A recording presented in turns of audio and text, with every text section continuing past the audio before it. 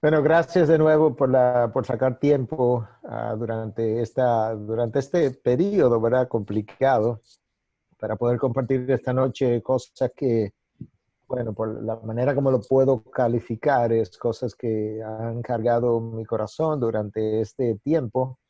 Yo sé que hay múltiples temas, puntos, direcciones que uno pudiera tomar a lo largo de este compartir, pero yo voy a como a tratar de poner en una cápsula, por así decirlo, lo que yo he estado compartiendo con nuestra iglesia por 12 semanas, de manera que es 12 semanas compactada en, no sé, 45 minutos, una hora. Pero yo creo que le va a dar una idea de cómo yo siento uh, que la iglesia está, cómo debiera estar, hacia dónde debiera ir y lo que debiéramos estar comunicando. Entonces, eso es como tomar mi corazón, ponerlo ahí sobre la mesa y que tú puedas darle un vistazo a lo que está en mi corazón, por así decirlo. Yo voy a comenzar diciendo que a pesar de lo que quizás muchos estén pensando, yo sé que no estoy solo en esto, pero no estoy seguro que somos muchos. Yo estoy convencido de que Dios está llamando al mundo y a su iglesia al arrepentimiento durante este tiempo, pero de manera particular a su iglesia. Y la razón por la que yo digo eso es que Dios nunca va a llamar al mundo a hacer algo que Él no llame a su iglesia a hacer primero. Entonces, si alguien me preguntara, ¿verdad?, cuál es la evidencia de que ese es el caso, bueno, déjame compartir algunas cosas. En primer lugar, nosotros durante este periodo hemos sido impedidos de hacer una serie de cosas, impedidos por buena razón. Yo no estoy diciendo que es algo impositivo o de persecución, pero impedidos por buena razón, una razón de impedido de hacer una serie de cosas que el Señor mismo nos ha mandado a hacer como iglesia. Entonces vamos a comenzar a mencionar algunas de esas cosas. Nosotros hemos seguido predicando, ¿verdad? Hasta el día de ayer que por primera vez, por lo menos en República Dominicana, las iglesias fueron permitidas con múltiples restricciones de comenzar a congregarse, pero por 3 meses más o menos se nos impidió congregarnos. Eso es un mandato, a no dejar de congregarnos. Sin embargo, no podíamos hacerlo. En otras palabras, hay cosas que Dios entiende que son mandatorias y necesarias y que son parte del corazón de Dios que durante este tiempo la iglesia no ha podido hacer. Dios nos mandó, Cristo nos mandó a celebrar la comunión, la Santa Cena, con cierta regularidad para recordar su muerte y anunciar su resurrección. Y sin embargo, durante un tiempo X tampoco podemos hacer eso por razones obvias. Por otro lado, la palabra nos manda a ser discípulos y bautizarlos en el nombre del Padre, del Hijo y del Espíritu Santo. Nosotros no podemos hacer eso durante este tiempo. Se supone que nosotros al congregarnos oremos juntos. Bueno, no podemos orar congregacionalmente.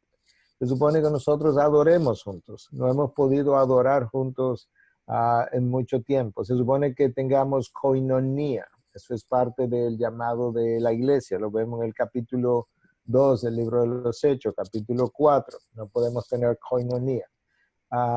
Se supone que la iglesia debiera estar plantando otras iglesias. Bueno, este es el peor periodo para estar plantando iglesias. No sé si alguno lo ha estado haciendo, pero obviamente con iglesias cerradas, ¿cómo vamos a estar plantando iglesias? No creo que Dios quiera sus iglesias cerradas, aunque hubo necesidad de hacerlo, pero la pregunta es, ¿quién permitió que las iglesias se cerraran? La Biblia comienza con una boda, la Biblia cierra con una boda. En sentido general, salvo algunas excepciones, las bodas han quedado suspendidas. Aquello que representa la unión de Cristo con su iglesia también fue puesto en suspenso.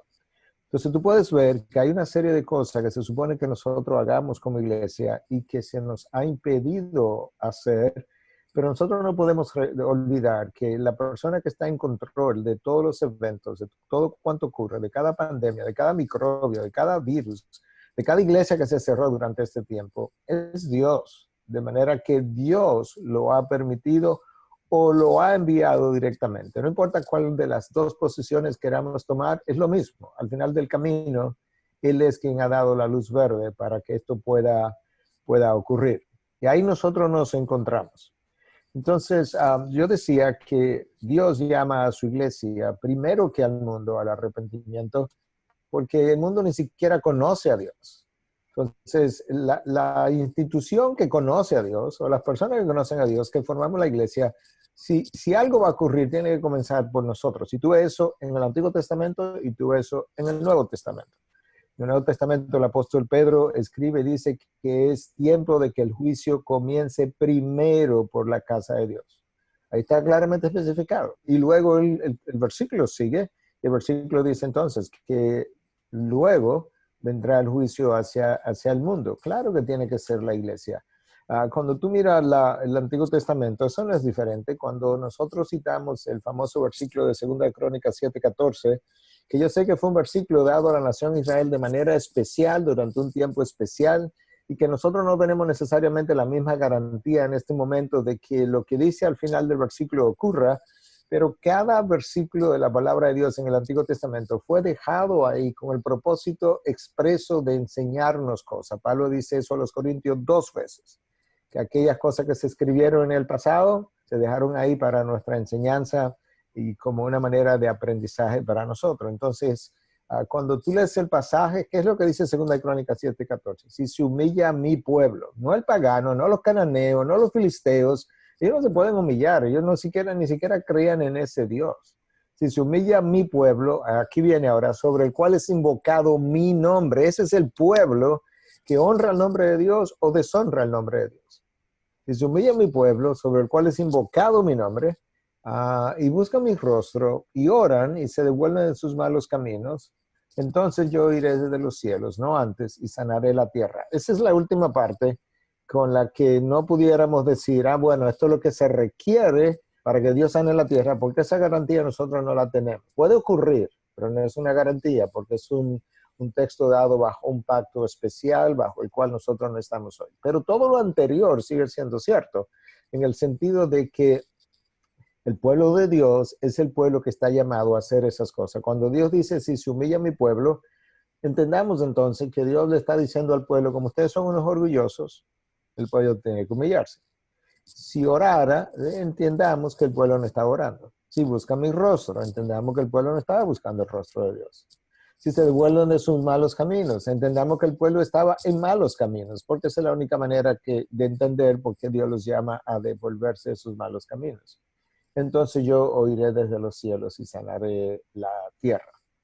Yo sé que algunos de ustedes han tenido la oportunidad de viajar, yo sé que no tantos han tenido la oportunidad de viajar tan extensamente como Dios me ha permitido, pero yo le puedo decir, y pudiera decirlo en el nombre de Dios, que la iglesia en Norteamérica y en Latinoamérica no ha estado bien. No ha estado bien por múltiples razones y que por consiguiente a mí no me sorprendió para nada que las iglesias fueran cerradas. Por una razón de salud, sí, Dios siempre tiene una razón por qué hace las cosas. Pero lo único que yo podía pensar es en Malaquía, cuando Dios dice en el capítulo 10, en el versículo 10, capítulo 1, oh, si alguien me cerrara las puertas del templo. O sea, habían cosas pasando dentro del templo que a Dios no le gustaban y estaba deseoso de que se hiciera algo que no era la intención de su corazón en primer lugar. No era la intención de su corazón tener el templo cerrado, pero él está pidiendo en Malaquías 1:10 que le cierren la puerta del templo. Es como dejemos esto. Entonces ahora de repente nos encontramos con las puertas cerradas. Estas cosas que yo estoy compartiendo con ustedes, yo la he compartido con nuestra iglesia de diferentes formas y las personas que están aquí de mi iglesia, Reinaldo, Joan, que saludaron y oraron, saben que es así, que no le estoy mintiendo. Entonces, ¿qué es lo que nosotros nos toca hacer como iglesia? ¿Qué es que debiéramos estar llamando al pueblo? Bueno, en primer lugar, nosotros hicimos una serie para nuestra iglesia que se llamó Volveos a Dios y ahí estuvimos 9 domingos corridos. Entonces, te voy a dar una idea de cuál fue la intención de esa serie. Nosotros hicimos un primer mensaje que lo hicimos basado, bueno, hablamos en ese primer mensaje del pueblo en medio de la pandemia, el pueblo cristiano. Entonces, en ese primer mensaje compartimos un texto donde Josafat está frente a una gran amenaza, un gran ejército que viene contra ellos. Y ellos no podían, no tenían la fuerza para luchar contra ese ejército, no tenían el número de personas. Y Josafat entonces dice, bueno, Señor, nosotros no sabemos qué hacer, ahí vienen los amonitas, vienen los moabitas, ¿qué hacemos? Entonces, esto es lo que ellos deciden hacer. No sabemos qué hacer, pero nuestros ojos están vueltos a ti. Eso es lo que la iglesia necesita hacer en primer lugar durante este tiempo de pandemia. Nosotros no sabemos qué hacer en gran medida porque tampoco es la función de la iglesia ejercer una función médica, pero igual el mundo de la ciencia no tiene al día de hoy un tratamiento que uno pudiera decir es altamente efectivo, no tiene una vacuna. Nosotros no sabemos qué hacer y hay muchos pastores que han confesado es que no saben ni siquiera cómo ministrar durante este tiempo. Bueno, hay una cosa que podemos hacer. Vamos a volver los ojos a Dios. Eso está en Segunda de Crónica también, capítulo 20, versículo 12. Eso es lo que necesitamos hacer. Entonces, Dios nos dirigirá en términos de qué es lo que cada iglesia local y luego su iglesia universal debiera estar haciendo durante este tiempo. De manera que debiera haber más oración que nunca, más comunión con Dios que nunca, una búsqueda más intensa y un llamado desde los púlpitos a las ovejas, a los miembros, a buscar de ese Dios más íntimamente, precisamente para recibir dirección, porque no sabemos qué hacer, pero nuestros ojos van a estar vueltos a ti. Lo segundo que podemos hacer es humillarnos delante de Dios. Ha habido mucho orgullo dentro de lo que es la iglesia de Dios de diferentes maneras. Ha habido mucho en el liderazgo, nosotros somos una región muy caracterizada por el caudillismo, la figura autoritaria del pastor, ha habido mucho de eso, cuando en realidad la palabra nos manda a ser simples siervos, y como dice ese título de uno de mis libros, siervos para su gloria. No somos más que eso, somos, como dice Pablo, que todo hombre nos considere administradores, como siervos y administradores, fieles administradores de los oráculos de Dios, de los misterios de Dios. Eso es lo que somos, no somos más de ahí. Entonces, nosotros debiéramos estar humillándonos, debiéramos estar orando, debiéramos estar buscando su rostro y llamando a la iglesia a devolverse a sus malos caminos. Hermanos, la iglesia ha estado en malos caminos. El liderazgo de la iglesia ha estado en malos caminos. Yo pudiera mencionar uno o dos ejemplos anónimos. Lo pudiera mencionar de Norteamérica, pero créeme que Latinoamérica no está mejor de lo que voy a mencionar. No hace mucho se anunció, lo dejo anónimo su nombre, pero un pastor conocido de sólida doctrina por muchos años, en un fin de semana él hizo 3 anuncios. Número 1, me divorcio de mi esposa. Número 2, abandono la fe cristiana. Número 3, voy a participar en un rally con el movimiento LGBT o el movimiento de homosexuales y lesbianas. En un solo fin de semana. Ese pastor, si yo menciono su nombre, bueno, quizás algunos de ustedes conocen la historia, pero es un autor de libros. La doctrina de él era sólida. Él fue discipulado por un gran hombre de Dios y eso pasó con él. Esa no es la única historia. Hace menos tiempo todavía, un pastor que estuvo en una gran congregación, numéricamente hablando, que tuvo que renunciar de esa congregación porque tenía un problema con el alcohol y luego tenía un problema de autoridad muy impositivo y se piensa incluso que tuvo quizás algunos intercambios con el sexo opuesto de manera inapropiada. Ese pastor renunció, dio su testimonio, pasó por un periodo de restauración y hace no sé cuántas semanas, 2 semanas, 3, 4, se suicidó. Estaba en una práctica de tiro con un amigo y aprovechó que estaba en eso y se dio un tiro y se suicidó. Esas son 2 historias de cientos de historias que pudiéramos hablar en esta noche. El liderazgo no ha estado bien. Y no ha estado bien, como decía, por múltiples razones. O sea, no ha habido la suficiente integridad, no ha habido la suficiente mansedumbre, la suficiente humildad para que podamos lucir ciertamente como verdaderos siervos, dispuestos a lavar los pies de las ovejas si fuera el caso. Ha habido mucha lucha de poder, ha habido mucho pulso, como decimos nosotros, en una dirección y otra, mucho divisionismo, muchos ataques, aún en las redes sociales. O sea, a ver, hermanos en la fe, podemos diferir y lo sabemos, que hay cuantos ciento y pico de pastores conectados. No todos coincidimos en las mismas doctrinas, en múltiples puntos. Eso no me da derecho para, delante de un mundo incrédulo y secular, a dispararle a mi hermano. Eso es lo que llaman en inglés friendly fire o fuego amistoso. O sea, tu propio amigo te dispara delante de incrédulos acerca de puntos doctrinales o no. La única razón para hacer eso es cuando tú tienes una persona que es un falso maestro. El falso maestro debe denunciarse públicamente porque se están llevando las ovejas en una dirección y tenemos que pelear por ellas. Fuera de ahí, si tú eres mi hermano, no importa en dónde tú difieras conmigo, no importa cuán grande pudiera hacerme diferencia, sabes que si verdaderamente yo creo que eres hijo de Dios, yo tengo que cuidarte públicamente, porque tú peleas en el mismo ejército que yo peleo. Nuestro comandante en jefe es el mismo comandante en jefe. Nosotros tenemos la misma lucha. Estamos tratando de pelear y debilitar en contra del mismo reino, que es el reino de las tinieblas.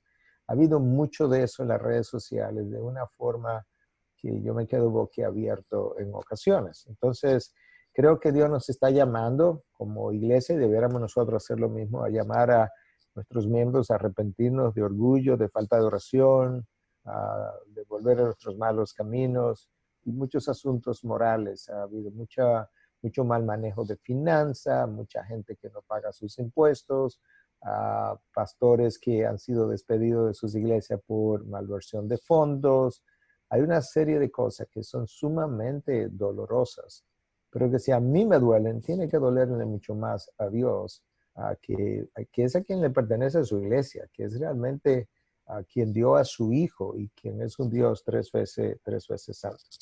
Entonces yo creo que eso es un llamado, el llamado al arrepentimiento de la iglesia, y luego que esa iglesia que hace ese arrepentimiento primero se arrepienta o llame al mundo al arrepentimiento. Nosotros tuvimos incluso sesiones de arrepentimiento en nuestra iglesia en tiempos pasados y escuchamos confesiones difíciles públicamente, de manera voluntaria, de manera que ninguna iglesia está exenta de estos pecados, y eso es igual para el liderazgo.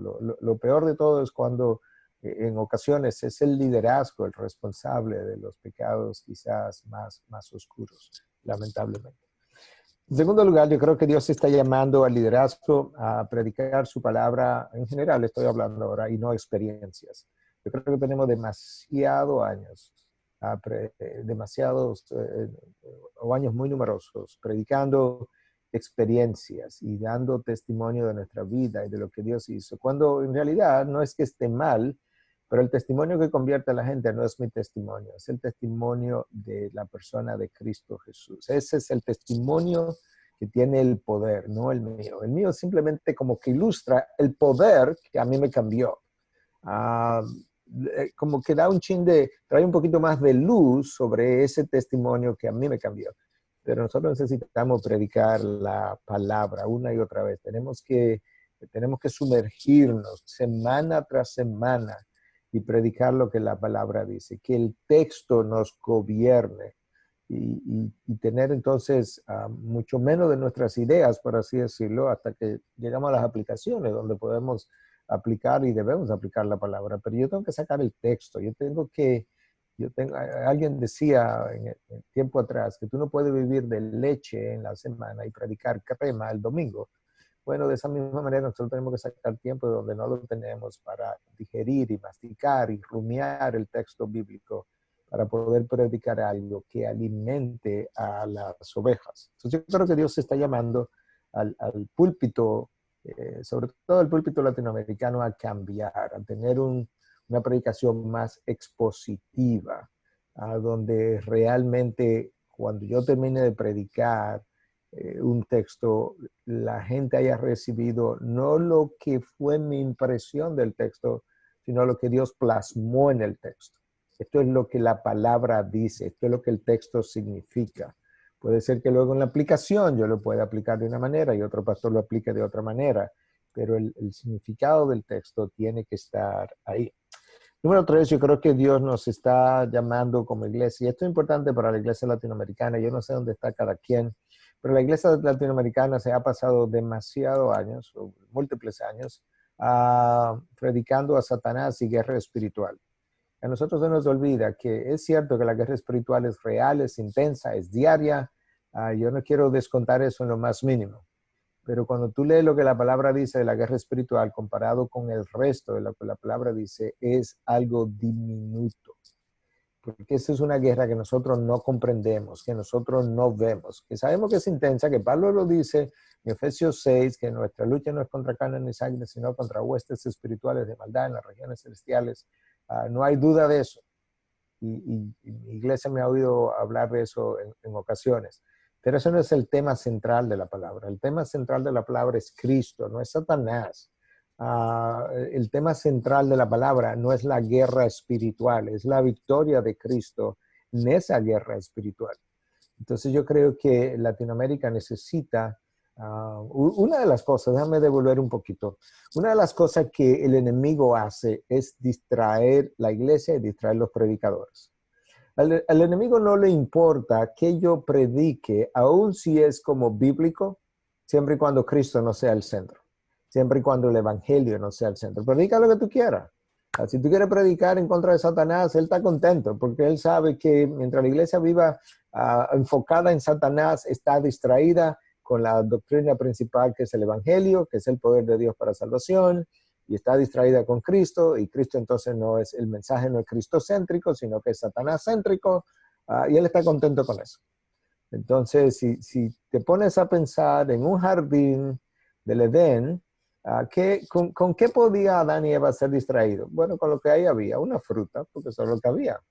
En el día de hoy, ¿con qué no puede distraer Satanás? Bueno, la tecnología, a través de la tecnología, créeme, hermano, que en el liderazgo de la iglesia y a nivel pastoral hay una crisis de pornografía significativa, que ha sido estudiada, reportada. Satanás está contento con eso, porque le está desviando la atención.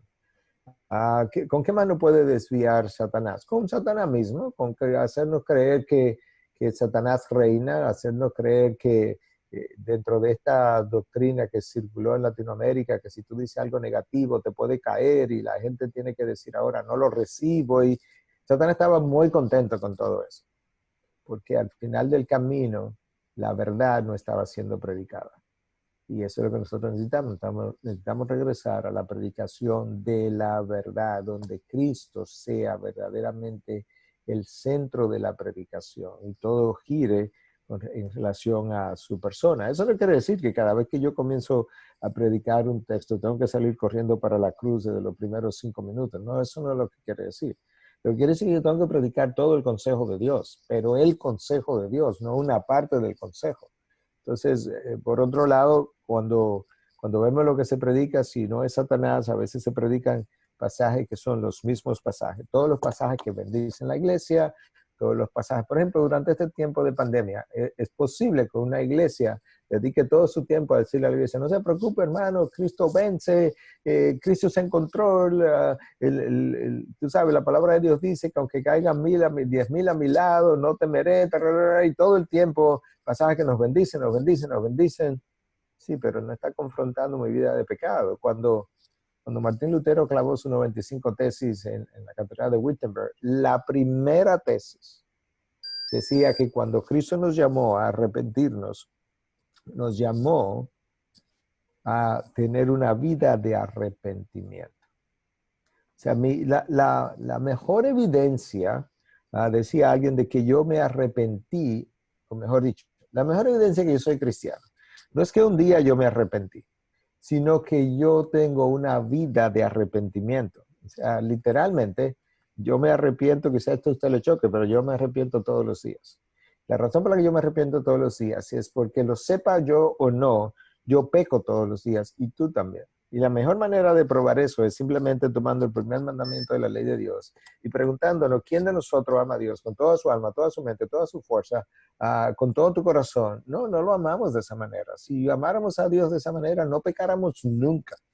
La única persona que amó a Dios de esa manera fue su Hijo. Entonces, Solamente el primer mandamiento es suficiente para probarme que yo necesito arrepentimiento todos los días. Cuando yo me retiro a dormir, lo último que yo quiero hacer es orar. Y cuando me acuesto, termino durmiéndome como orando. Y creo que es una buena práctica. Alguna gente se siente culpable porque se quedó dormido orando. Yo no me siento culpable. Qué bueno que lo último que yo hice antes de quedarme dormido fue orarle a Dios. Entonces, no tiene que ser así. Simplemente digo, si ocurre así. Pero ahí, o sea, lo primero que yo hago en esa oración es arrepentir. Le pido a Dios perdón por los pecados de los cuales yo pudiera estar consciente de ese día y los pecados de los cuales yo no estoy consciente que también ocurrieron ese día.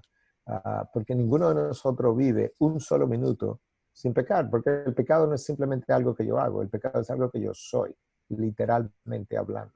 Y lamentablemente, esa es la realidad. Entonces yo creo que nosotros tenemos que cultivar una vida o una predicación, perdón, que sea cristocéntrica, de todo el consejo de Dios, donde realmente no solamente se prediquen los pasajes que nos bendicen, sino también que se prediquen con frecuencia los pasajes que nos confrontan, los pasajes que nos muestran la condición caída en la que tú y yo nos encontramos, aun si somos pastores, y donde entonces el pueblo pueda ir siendo moldeado a la imagen de Cristo. Yo creo que la iglesia también necesita regresar, estoy hablando en sentido general, a predicar un mensaje que lleve a la sanación del alma. Nosotros, yo creo que como iglesia latinoamericana hemos escuchado demasiado sanación física y campañas de sanación y toda esta, ¿verdad? Todo este movimiento de señales y prodigios.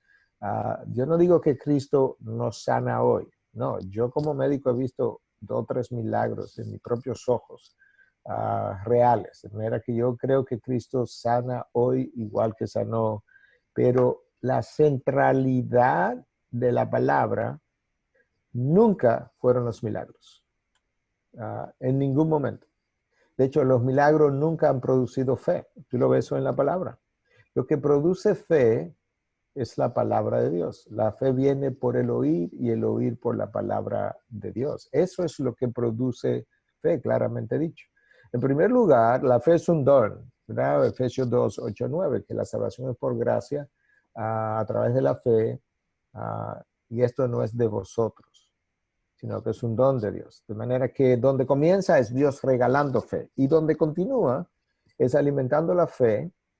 ¿Cómo? Por la palabra de Dios. La fe viene por el oír y el oír por la palabra de Dios. Los milagros en el desierto por 40 años nunca produjeron fe, absolutamente nunca. Cristo multiplicó los panes y luego en Juan 6 le está diciendo, ustedes andan detrás de mí, no por lo que yo tenga que decir o enseñarles, sino por los panes que se comieron ayer. De manera que tú puedes ver una y otra vez que los milagros nunca fueron nunca fueron hechos para producir fe. Aún en la historia bíblica, la mayoría de lo que tú lees no tiene nada que ver con milagros. Hay 3 grandes periodos de milagros. La época de Moisés y Josué, que es una misma época. La época de Elías y Eliseo, que es otra época. Y luego la época de Cristo y los apóstoles. That's it. O sea, fuera de ahí, pudo haber ocurrido un milagro aquí, un milagro allí, pero esas concentraciones se dieron en 3 grandes sombrillas. Menciono eso porque la centralidad de la predicación tampoco son los milagros, como lo hemos visto muchas veces a lo largo de años en Latinoamérica, y proclamando días de sanación y días de milagros y campañas. Eso, nunca hubo una campaña de sanación en el Antiguo Testamento o en el Nuevo Testamento.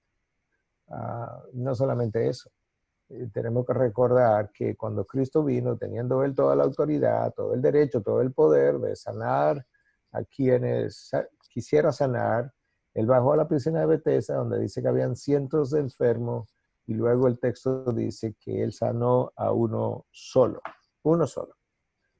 ¿Por qué? Bueno, al final de su historia, Él nos dice por qué de otra manera.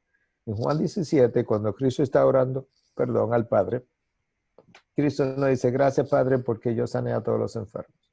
Cristo no dice, gracias Padre porque yo le di de comer a todos los hambrientos. No, le dio de comer 2 días. No, no. Oye lo que él dice, con otras palabras, pero lo dice. Creo que está en el versículo 4 posiblemente. Gracias Padre porque yo hice conforme a como tú me mandaste. No más y no menos. Bajé a la piscina de Bethesda, habían cientos de enfermos, sané a uno. Eso fue lo que tú me mandaste. En una ocasión, los discípulos estaban empujando a Cristo para que fuera a predicar más allá de donde él estaba predicando, y que él dijo, no, es que yo fui enviado solamente a las ovejas perdidas de Israel. Entonces, ¿no iba a haber salvación para los gentiles? Claro que iba a haber salvación para los gentiles, pero a mí no me enviaron a eso. A mí me enviaron a las ovejas perdidas de Israel.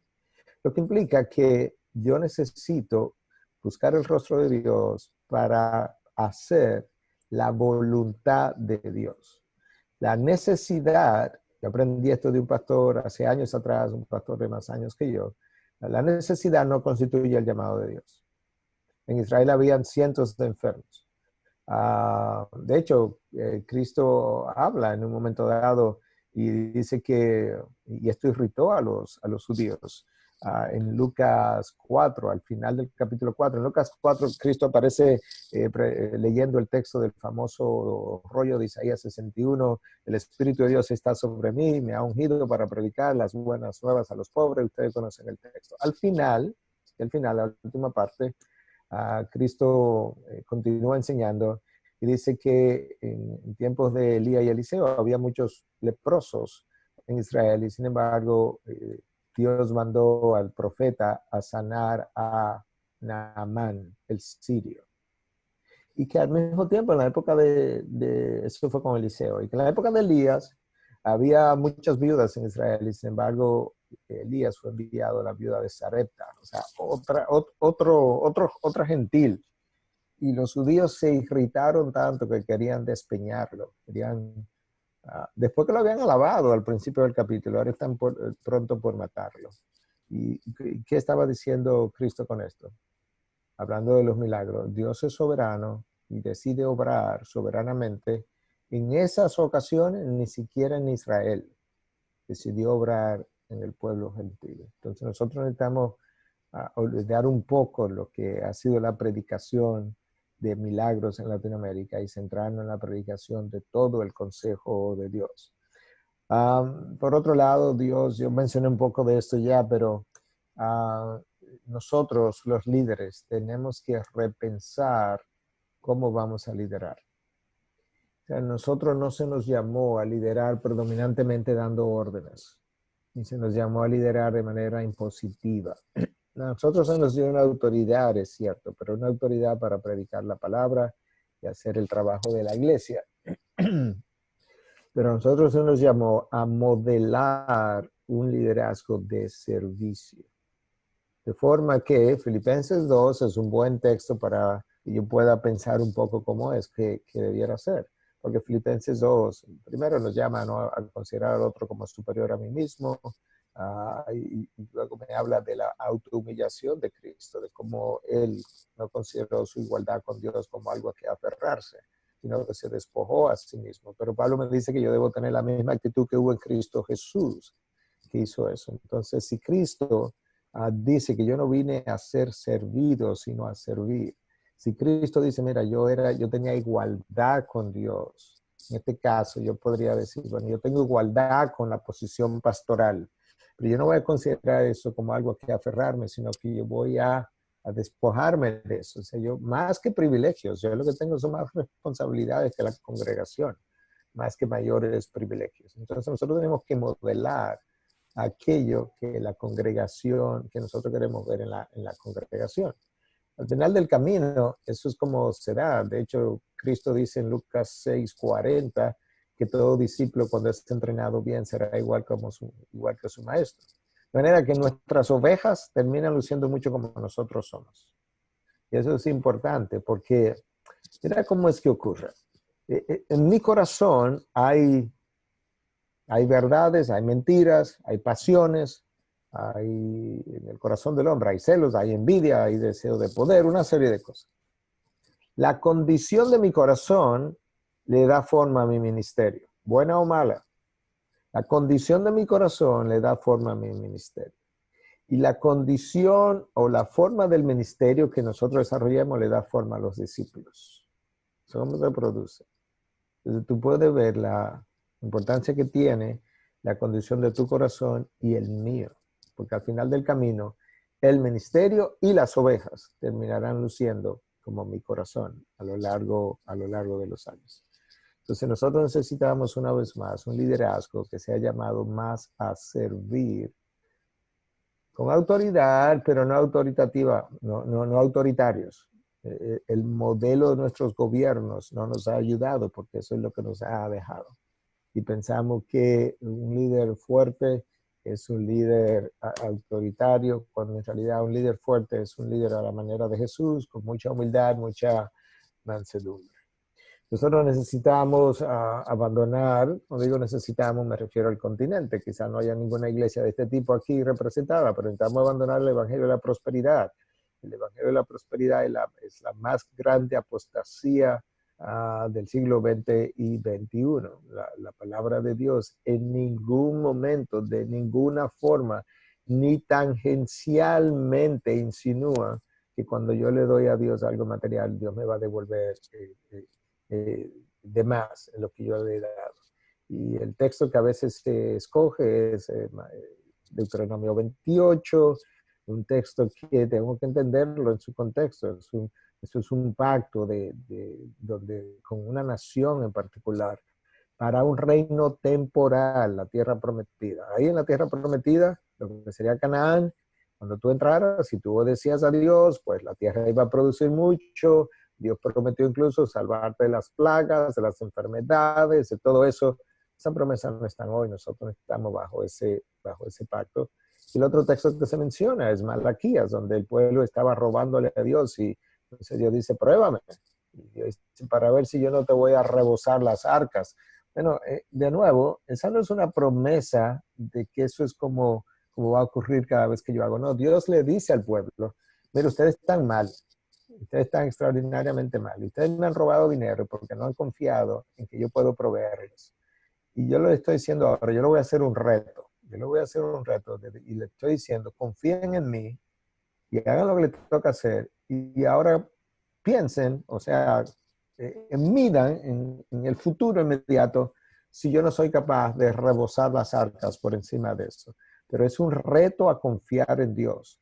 No es una obligación de Dios, que Él se somete de bendecirte materialmente cuando tú le das materialmente. Ese Evangelio de la Prosperidad puso contento a una sola persona, se llamó Satanás. Bueno, y después a mucha gente que se hizo de dinero de esa manera. Pero obviamente Satanás estaba contento porque el Evangelio que convierte el alma no estaba siendo predicado. Entonces tenemos que, si alguien está en esa doctrina, tenemos que abandonarla. Si no estamos en esa doctrina, tenemos que denunciarla. Eso es una doctrina denunciable. Y algunos de sus expositores son denunciables. ¿Por qué? Porque está haciendo que gente se vaya al infierno sin nunca haber oído el verdadero evangelio. Y eso no es algo que pastores que cuidan de ovejas y le duelen las ovejas debieran permitir.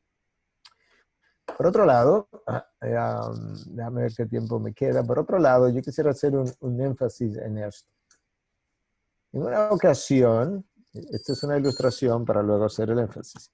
En una ocasión se le preguntó a R.C. Sproul, algunos de ustedes quizá lo conocieron, murió hace un par de años atrás, uno de nuestros teólogos contemporáneos, que cuál era el problema principal del incrédulo. Y él dice, bueno, el problema número uno del incrédulo es que él no conoce a Dios. Entonces luego le preguntaron que cuál era el problema número uno del creyente. Y él dice, él mismo, que no conoce a Dios. El problema del creyente es que él no conoce a Dios. Y yo te voy a ilustrar en esta pandemia cómo eso ha lucido. De las personas más temerosas que yo he encontrado en esta pandemia han sido creyentes y pastores, y entre los pastores, pastores de buena doctrina. A mí me choca de sobremanera como pastores que creen en la soberanía de Dios, en el control de Dios, en la providencia de Dios, en la fidelidad de Dios, se han atemorizado con este virus. Es como que COVID-19 reina, no Dios. Es como que COVID decide a quién mata y a quién deja vivo. Es como si COVID decidiera a quién le da muchos síntomas y a quién le da pocos síntomas. Hermanos, COVID no reina. Aquí nadie se va a morir de COVID, que Dios no haya determinado que muriera de COVID. Eso está en la palabra de Dios. 2 pajarillos no caen al suelo sin su consentimiento de la enfermedad que le dé a esos 2 pajarillos. No importa de qué se mueran, se van a morir de algo. De lo que se mueran no va a ocurrir si Dios no da su consentimiento. Cristo en el Sermón del Monte dice, ¿quién de vosotros puede agregar tan siquiera 1 hora con preocuparse? Este año, de enero 1 a diciembre 31, no va a morir más gente de lo que Dios había previamente establecido que iban a morir en el año 2020. No va a ocurrir. ¿Por qué? Porque el Salmo 139 me dice que todos mis días han sido contados antes que uno solo de ellos llegara a existir. Mis días están contados. Y esta pandemia no toma a Dios por sorpresa. Si yo me muero de COVID y cuando llego al cielo le digo, Señor, mira, me morí de COVID, Dios no va a decir, oh, wow, qué sorpresa, no me di cuenta, si yo lo hubiese sabido, te hubiese evitado el virus. No, Dios te va a decir, sí, como habíamos planificado, bienvenido a casa. Eso es lo más que Dios va a decir. Para que yo necesito ser prudente, después de la prudencia ya no hay más nada que yo tenga que hacer para evitar el COVID. Hermanos, yo tengo 62 años, de manera, voy a cumplir 62, de manera que estoy en esa edad de mayor riesgo. Yo tengo diabetes por 50 años, de manera que tengo otro riesgo. Yo tengo 2 stents cardíacos, lo cual implica que tengo otro riesgo. ¿Sabes? Veo pacientes de COVID todos los días por 3 meses. Yo no voy a decir que no me voy a enfermar, ni me voy a decir que no voy a morir de COVID. Puede ser que yo me enferme de COVID, si Dios lo determina. Puede ser que yo me muera de COVID, pero solamente si Dios lo determina. No va a pasar de otra manera. No puede pasar de otra manera. O Dios no es Dios. Yo soy prudente, claro. Yo me he visto adecuadamente para ver los pacientes y todo lo demás. Sí, eso es cierto. Pero yo no ando preocupado cada vez que entro a una habitación de esa. Cuidado si me infecto, cuidado. No, COVID no reina. Nunca. Ni COVID, ni ninguna otra enfermedad, ni ninguna cosa en el universo. Dios determina mi vida. Entonces, una de las cosas que la iglesia necesita ser la fuente de refugio, de paz, de esperanza, de inyección de paz a aquellos que están desconcertados en medio de la pandemia, porque hay un Dios soberano que reina. Eso es una de las cosas que Dios tiene que hacer. Entonces, por eso decía que el cristiano no conoce el carácter de Dios, porque nosotros no conocemos el carácter de Dios porque lo prediquemos. Nosotros damos a mostrar que conocemos a Dios cuando lo vivimos, cuando sus doctrinas, o sea, la doctrina que hablan de su carácter, son vividas en mi vida. Si yo creo en la santidad de Dios, la manera como eso luce de que yo creo en la santidad de Dios es que yo vivo una vida piadosa. Eso es como luce. Si yo creo en la fidelidad de Dios, como eso luce es que yo no soy un hombre de preocupación, porque yo creo en la fidelidad de Dios. Si yo creo en la soberanía de Dios y su control, como eso luce en mi vida, es que yo no ando preocupado cuando venga ni esta plaga, ni la próxima, ni las próximas días. Yo voy a ser prudente, pero yo sé que Dios controla lo que está ocurriendo. Entonces, ¿qué es lo que se supone que debe pasar en el púlpito para que el carácter de Dios sea conocido? Bueno, hermano, yo quiero hacerte una invitación a que tú y yo descubramos en cada pasaje que leas el carácter de Dios. La Biblia es sobre todo el Antiguo Testamento, es una relación, es una historia de Dios caminando en relación con su pueblo. Pero ¿sabe qué es lo que Dios hace? La importancia no es la historia del pueblo. La importancia no es el maná que cayó. La importancia no es el mar rojo que se abrió. No, nada de eso es la importancia. La importancia de esa historia radica en el carácter de Dios que se revela en la historia con ese pueblo. El carácter de Dios que es capaz de abrir un mar. El carácter de Dios que es capaz de hacer llover maná del cielo. El carácter de Dios que en un desierto donde no se produce nada, Él es capaz de mantener más de 2 millones de personas por 40 años sin que se mueran de hambre. Y que cuando mandó a construir un tabernáculo y la gente comenzó a traer cosas espontáneamente, había tanta cosa en el desierto que Moisés tuvo que decir, ya no traigan más. ¿Y de dónde sacaron ellos eso? Dios. Por eso nuestra iglesia oyó, nuestros pastores oyeron cuando entramos en esta pandemia, cuando comenzaron los rumores de que van a bajar la ofrenda, de que tenemos que planificar, yo quería como, mi cabeza quería como explotar. ¿Por qué? Porque si las ofrendas bajan en mi iglesia, en la tuya, hermano, no tiene nada que ver con el estado de la economía. Te voy a decir con lo que tiene que ver. Con que Dios, por razones que pudiéramos conocer o no conocer, Él decidió hacer bajar las ofrendas por razones que pudieran ir desde disciplina, quizás, voy a pensar en IDI, usted tiene más empleados de lo necesario, quizás hay empleados que no debieran estar siendo empleados y yo no estoy contento con ello y quiero que lo cancelen. O sea, pueden haber una serie de razones, pero no es la disminución de los recursos económicos. Dios tiene y siempre tendrá, en las peores circunstancias de economía, todo lo que una iglesia requiere para hacer lo que Dios quiere hacer. Que no nos quepa la menor duda de eso. O Dios no reina. Porque si yo no le concedo ese lugar a Dios, entonces la economía y el dinero reinan. Y tú sabes que a manera de testimonio, no de manera orgullosa ni mucho menos, sino de testimonio, nuestras ofrendas subieron con la pandemia. Explícame eso ahora. Reinaldo está ahí para testiguar eso, Joan está ahí. Nuestras ofrendas subieron con la pandemia, donde no se está recogiendo ofrendas los domingos ni siquiera, donde la gente tenía que hacerlo por transferencia.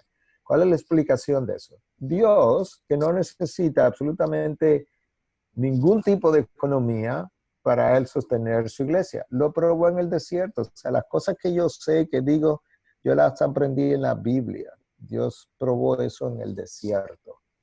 Dio abundancia de lo que él quisiera. Cuando tuvo que traer carne, trajo codornices, lo hizo volar no sé ni de dónde, por millones. ¿Y de dónde lo sacó? Bueno, porque él tiene recursos de donde tú no te imaginas. Y cuando quiso darle pan, se lo dio en demasía. Y cuando quiso que el pan durara, que no cayera maná el sábado, porque era día de reposo, y que durara hasta el otro día y no se dañara, también se lo dio. Ese es nuestro Dios. El carácter de Dios, hermano, predica cada pasaje que tú encuentres en la Biblia de Dios, trayendo a colación el carácter de Dios, su santidad, su poder, su grandeza, su majestad. En el caso de Cristo, su sumisión, su humildad, su servicio, el carácter de Dios. De eso que se trata. Dios lo dice. Yo quiero qué cosa. Que si vas a gloriarte, no te gloríes ni de tu riqueza, ni de tu poder, ni de tu sabiduría. Yo lo que quiero que te gloríes de una sola cosa. De que me conoces y me entiendes. Eso es lo que Dios quiere. Cuando Cristo dijo en un momento dado, dijo, yo vine a revelar al Padre. A eso fue que Él vino, a darnos a conocer el carácter de Dios. Necesitamos eso. Cuando el carácter de Dios es proclamado desde el púlpito y la gente se va de otra iglesia con una idea más grande hoy de Dios, de la que Él tenía cuando entró, próximo domingo ellos quieren estar ahí, sin lugar a duda. Porque nadie se ha encontrado a Dios aburrido. Al contrario, Dios cala en el corazón y es como, oh, wow, es productor de pasión. Entonces, nuestro reto es a presentar una idea cada vez más grande del Dios que se revela en su palabra a través de historia con los hombres. Y eso es importante que tú y yo lo podamos ver. El resultado de eso entonces es una mejor adoración. La adoración no es más que la respuesta natural del ser humano a la impresión que él tiene de Dios. Entonces, yo no tengo que motivar tanto a la gente a que levante la mano, a que aplauda. No digo que esté mal que se haga eso o que se motive la gente aquí o allí, pero es que eso ocurre de manera natural cuando tú ves a Dios en grande. Porque eso es justamente lo que la adoración es la respuesta del hombre a una idea que él tiene de Dios que le ha sido presentada de una manera u otra. Entonces, la iglesia necesita mejorar la calidad de su adoración. Yo he viajado mucho por Latinoamérica. Um, yo no quiero ofender a nadie, de manera que si lo que digo toca alguna fibra de alguien, me perdonan, pero esa no es la intención. Pero me duele ver que todavía en algunos lugares donde voy estamos cantando las cosas que cantábamos hace 25 años. Eso no quiere decir que yo no pueda cantar una canción de hace 25 años atrás, porque estamos cantando Castillo Fuerte todavía, pero ese no es el punto. El punto es que todo el repertorio es de canciones de hace 25 años. O sea, ¿dónde está la frescura, la creatividad del pueblo de Dios en los últimos 25 años? Está ahí porque se han producido nuevas canciones, se han producido canciones mucho más bíblicas, literalmente. Muchas de las canciones de hace 20, 25 años atrás eran canciones como románticas cantadas a Dios, literalmente hablando, donde tú podías en algunas de ellas quitarle el nombre de Dios y ponerle el nombre de tu esposa y cantarle esa misma canción a tu esposa. Yo hice ese ejercicio varias veces. De manera que nosotros necesitamos cantar canciones que tengan la doctrina bíblica en sus líricas, porque eso es lo que va a permitir entonces ver a ese Dios grande. Finalmente, porque sé que ya he consumido mucho del tiempo, nosotros necesitamos confiar en Dios en medio de la carencia, como el tiempo de Habacuc. Aunque no haya ovejas en el aprisco, aunque la higuera no produzca fruto, aunque no haya nada de nada, aunque se esté muriendo la gente a mi alrededor, aunque se estén muriendo mis familiares incluso, yo voy a confiar en Dios. Jehová quitó, después que se le murieron 10 hijos a Job. Nosotros necesitamos predicar a nuestra congregación, no simplemente los textos que te bendicen, no, los textos que te sostienen cuando tú estás en dolor, cuando tú estás perdiendo, cuando tú estás muriendo, pero que te sostienen. ¿Sabes por qué? Porque eso habla del carácter de Dios. Eso habla de que tú tienes un Dios que te puede sostener en el peor dolor, en la peor pérdida, que tiene propósito y significado en esas experiencias. Cuando la congregación es saturada del carácter de Dios, la congregación responde en adoración de manera natural, la congregación crece de forma extraordinaria. Cuando digo que crece, no me estoy refiriendo necesariamente de manera numérica, aunque eso puede ser también, pero crece en profundidad. Y eso es una congregación mucho más estable, mucho más que puede resistir los embates de la pandemia. Es muy posible que de aquí en adelante las cosas, aun si esta pandemia pasa en un mes o dos, es muy posible que en sentido general las cosas no mejoren mucho. O sea, el mundo está viviendo, no sé si ustedes se percatan, pero el mundo está en llamas. No importa hacia qué región tú miras, el mundo está en graves problemas. El mundo tiene una crisis para ir cerrando, para que tú puedas entender por qué necesitamos darle un Dios más grande a la congregación. Es que vienen tiempos difíciles. Nosotros tenemos un mundo moralmente en bancarrota. O sea, las instituciones que pudieran servir de soporte y de apoyo moralmente están en bancarrota y ninguna sociedad se puede sostener si no tiene una base moral sólida. Entonces, eso es un tipo de crisis. En el momento tenemos una crisis en todo el mundo de esta pandemia que ya veremos cuándo termina. Pero nosotros tenemos una crisis de hambre, literalmente. Hay 15 a 16,000 niños que mueren de hambre todos los días. 15 a 16,000 niños. El COVID es de los problemas mundiales más pequeños que nosotros tenemos. Cuando tú le dices a una persona de ese mundo, son 2 billones de personas que viven con menos de $1 al día. Cuando tú le dices a ese grupo de personas, 2 billones de personas, el 25% de la población mundial. Cuando tú le dices a ese 25% que a New York se le murieron 30,000 personas, ellos se pueden reír de ti y decirte, eso fue en 90 días, ellos se pueden reír de ti y decirte, hace 48 horas que yo perdí ese número de niños nada más, de una cosa que no necesita ni medicamentos ni vacunas. El mundo pierde aproximadamente 20,000 personas diarias por la contaminación ambiental. 20,000 personas de la contaminación ambiental. O sea, el COVID es de lo que menos personas se lleva por día si tú pones las primeras 10 o 12 causas de muerte del mundo. Sin embargo, hemos dejado que el COVID nos amedrente.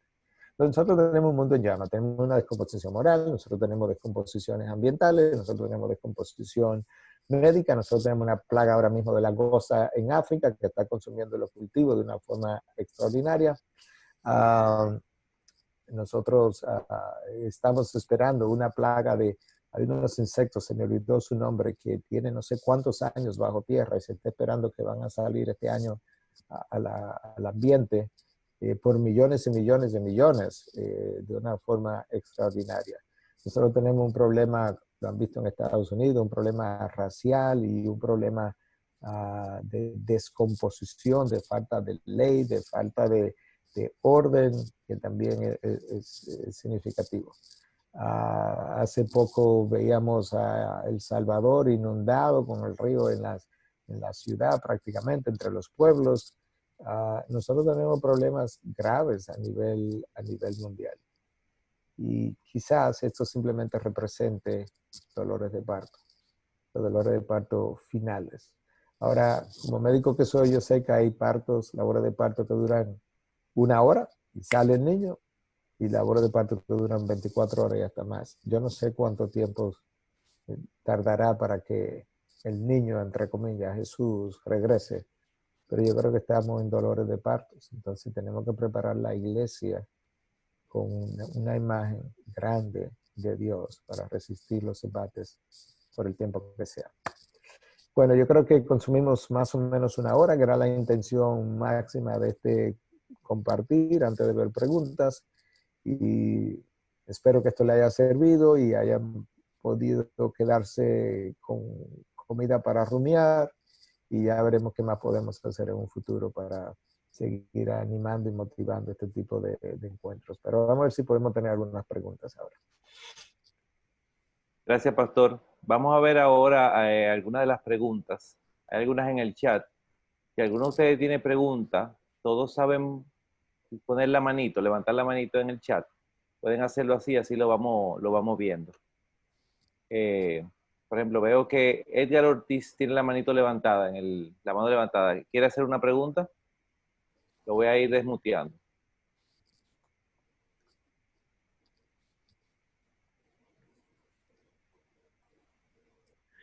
Sí, señor, muy buenas noches de Colombia. La pregunta mía es, ¿por qué está tan frío el pueblo cristiano si se le está predicando la palabra del Señor? Gracias. Gracias, hermano. Las razones pueden ser múltiples, pero déjame decir una por lo menos. Muchas veces nosotros asumimos que un sermón es la prédica de la palabra de Dios. Y un sermón no es necesariamente la prédica de la palabra de Dios. Yo he estado en múltiples lugares donde la palabra de Dios no se ha predicado. O sea, se ha predicado, pero no la palabra de Dios. Ha habido mucho de experiencia. La sabiduría de Dios, que es infinita, se ha predicado a estos niveles. Ese tipo de cosas. Hay otros factores, pero ese tipo de cosas obviamente contribuyen a que la gente no sea transformada, porque el poder de transformación lo tiene la palabra. Ahora, nosotros no podemos olvidar de que hay una humanidad que desde el inicio ha dado evidencia de que su tendencia continua es a alejarse. Lo hemos visto a lo largo de toda la historia. Entonces, de ahí que tiene que haber, de cierta manera, un púlpito que continuamente está, directa o indirectamente, llamando al pueblo a regresar. Yo no tengo que usar el lenguaje siempre de regresar, no tengo que usar el lenguaje siempre de arrepiéntete. No, pero es un mensaje que cuando tú lo predicas es obvio al que escucha, oh, wow, yo no estoy ahí, tengo que devolverme, tengo que arrepentirme. Entonces, eso contribuye. Lamentablemente, el pueblo de Dios está muy entretenido con las cosas de este mundo muchas veces, porque lo que se le ha presentado como alternativa, que es el otro mundo, no luce tan atractivo. Es como que este mundo y las cosas de este mundo son más atractivas que lo que se nos dice o se nos predica o se nos proclama acerca del mundo venidero. Ahí hay otra razón. Pero al final del camino, si hay algo que va, o sea, ¿qué es lo que más ayuda a que el pueblo o regrese o permanezca? Es la predicación fiel, continua de la palabra de Dios a través de un hombre que también camine con Dios, porque la predicación tiene que ser ungida. Cuando digo ungida, no me refiero que el predicador es un hombre especial, no, sino que a Dios le place tomar la palabra predicada porque le honra y aplicarla con poder a los que escuchan, y eso cambia a la gente. Pero Dios hace eso cuando la vida de lo que estamos exponiendo, la palabra de Dios, cuando esa vida es una vida de integridad. Yo predicaba ayer en la iglesia nuestra, decía que la humildad, y de ahí llego a lo siguiente, la humildad es la columna vertebral del liderazgo. La humildad es lo que te permite el arrepentimiento. Y la humildad te lleva al arrepentimiento, que te lleva a vivir en una vida de integridad. Entonces, al final, la integridad también forma parte de la columna vertebral de ese liderazgo, para que Dios quiera ungir su predicación. Bien. Julián, puedes hacer tu pregunta.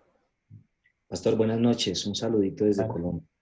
Bueno, He escuchado algunas voces de algunos pastores importantes ya en Latinoamérica que todavía se encuentran en confinamiento, instando a que salgamos del confinamiento como iglesias y que nos congreguemos de forma clandestina. ¿Tú crees que como iglesia deberíamos hacer eso? No, definitivamente que no. Nosotros tenemos que recordar que la palabra de Dios habla de tres áreas como de esferas de autoridad para poder responder a tu pregunta. Está la esfera de la familia, donde los padres tienen la autoridad. Está la esfera de la iglesia, donde los pastores tienen la autoridad primaria. Está la esfera del gobierno, donde las autoridades que están tienen la autoridad. Romanos 13 nos llama a someternos a la autoridad de que está. Entonces, si los gobiernos nos llamaran a hacer algo a nosotros como cristianos de manera exclusiva, ya eso sería como una persecución. Y como la palabra nos manda a obedecer a Dios antes que a los hombres, tendríamos que hacer eso. Pero este no es el caso. O sea, los gobiernos no están llamando a la iglesia que haga una cosa que no esté llamando al resto de la población a hacer. Incluyendo los mismos empleados del gobierno han sido restringidos en sus labores. Entonces nosotros necesitamos seguir las directrices gubernamentales para lucir como buenos ciudadanos y ser buenos ejemplos para que luego el mensaje nuestro pueda ser oído. Entonces, no, nosotros comenzamos ayer a congregarnos en nuestra iglesia porque el gobierno dispuso que ya podíamos congregarnos y seguimos todas las disposiciones que el gobierno determinó. Hay disposiciones incluso que yo como infectólogo entiendo que no son necesarias, pero las guardamos como quiera porque eso fue lo que el gobierno dispuso. De manera que no creo que esa es una buena recomendación. Yo creo que eso sería más una rebelión que piedad. Plinio, puedes hacer tu pregunta. Un momentico, déjame quitarte el...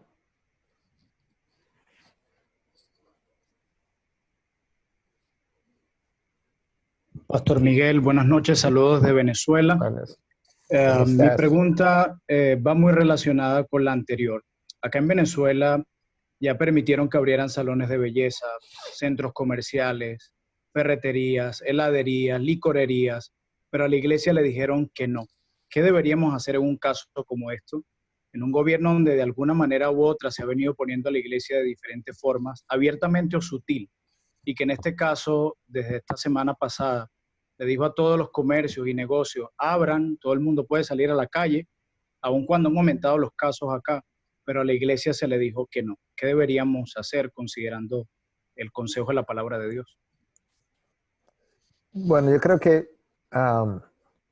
esa es una pregunta fina, ¿verdad? Porque por un lado, ciertamente ahí luce como que la iglesia está siendo como perseguida porque se le está autorizando a otras instituciones o negocios, lo que sea, a participar de la vida activa, y a la iglesia no se le está permitiendo.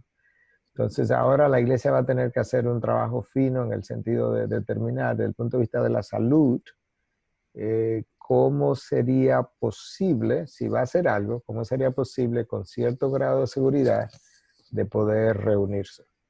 Y quizás esos serían algunos casos donde la iglesia clandestina tenga que comenzar a operar, pero aún ahí yo voy a tener que aplicar medidas de seguridad de manera que la clandestinidad no determine un aumento de casos por la violación misma que se están cometiendo.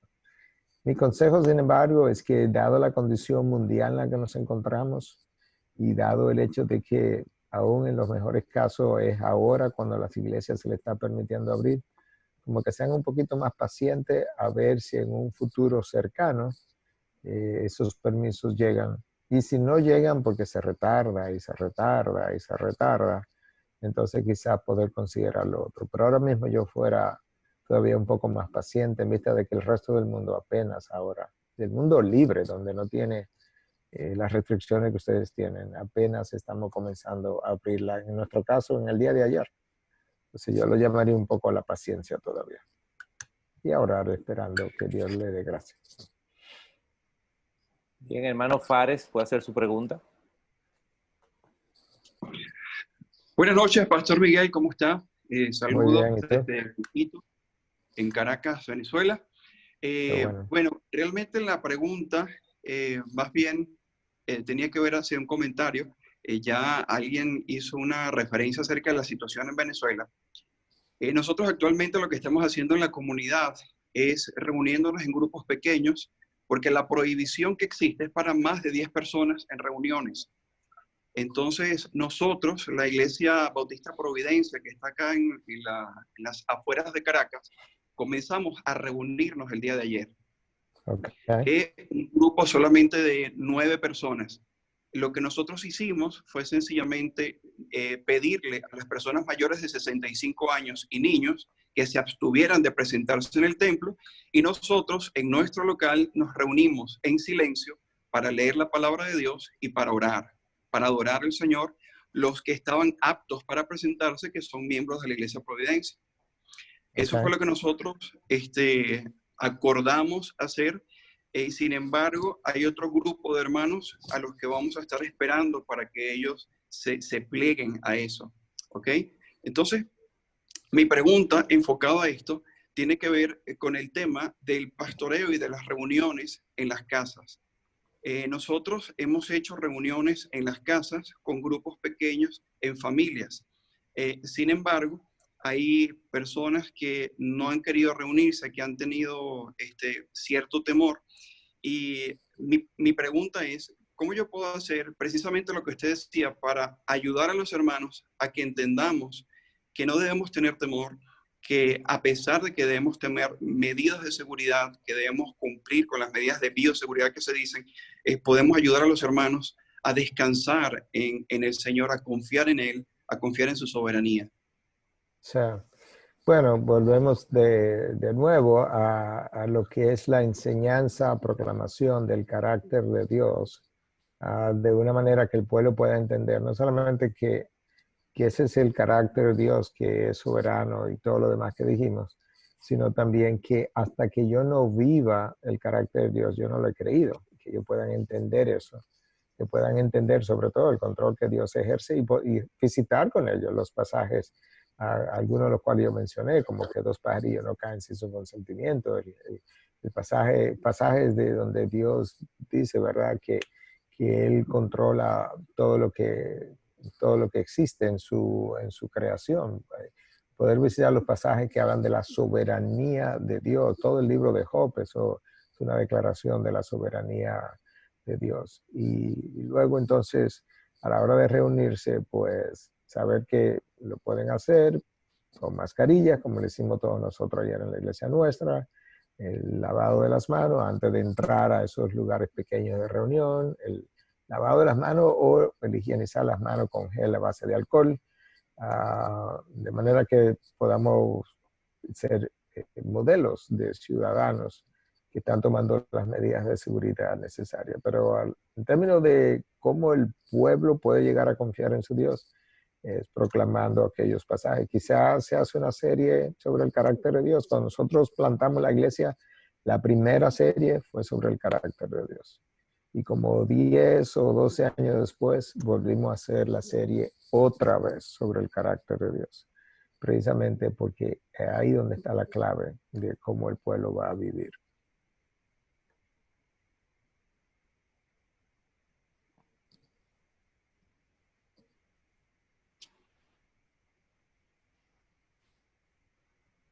Saludos, pastor.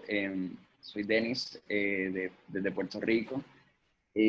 Nada, quería comentarle y preguntarle respecto, usted sabe la situación que está sucediendo en Estados Unidos sobre las marchas y la relación en la cual nosotros tenemos con ellos por ser territorio. Le quería preguntar cuál o cómo debe ser la postura o si la iglesia debe tener una postura clara en respecto a eso, a la situación ahora mismo de las marchas. Bueno, yo creo que la iglesia necesita hacer dos cosas. Por un lado, reconocer que la iglesia, por un lado, debe hablar en favor de lo que es la justicia en general. Y si hay cosas que han ocurrido que son injustas, pues la iglesia tiene la oportunidad también de expresarse con relación a eso. Pero al mismo tiempo la iglesia tiene que predicar lo que está revelado, y la palabra de Dios le llama ser pacificadores. Entonces, muchas de las marchas que se han hecho, yo sé que no todas han sido así, pero no han sido marchas pacíficas, ha habido mucha violencia. Lo primero que hubo fue mucha violencia.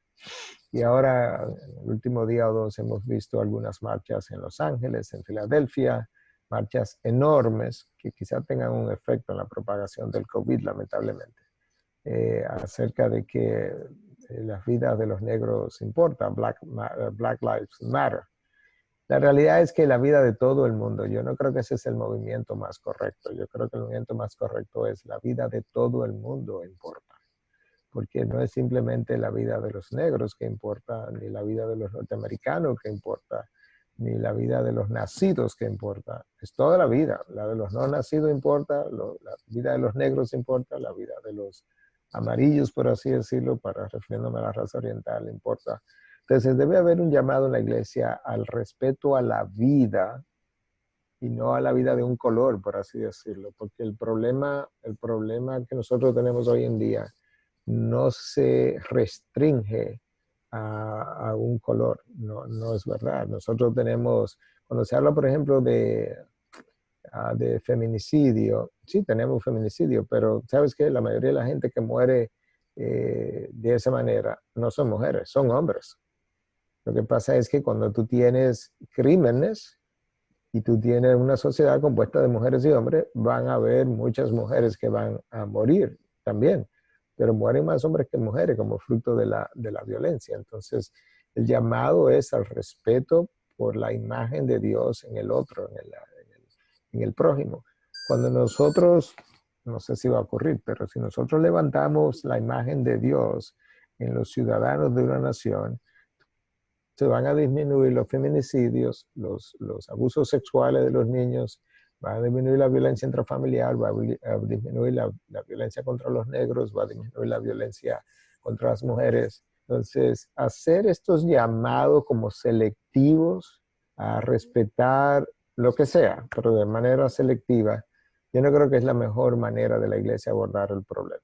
La mejor manera es de recordar que cada hombre es portador de la imagen de Dios y que entonces es la imagen de Dios en una persona de color o en un niño que no ha nacido o en quien sea, es la imagen de Dios que está siendo violada. Yo creo que eso es mucho mejor abordar.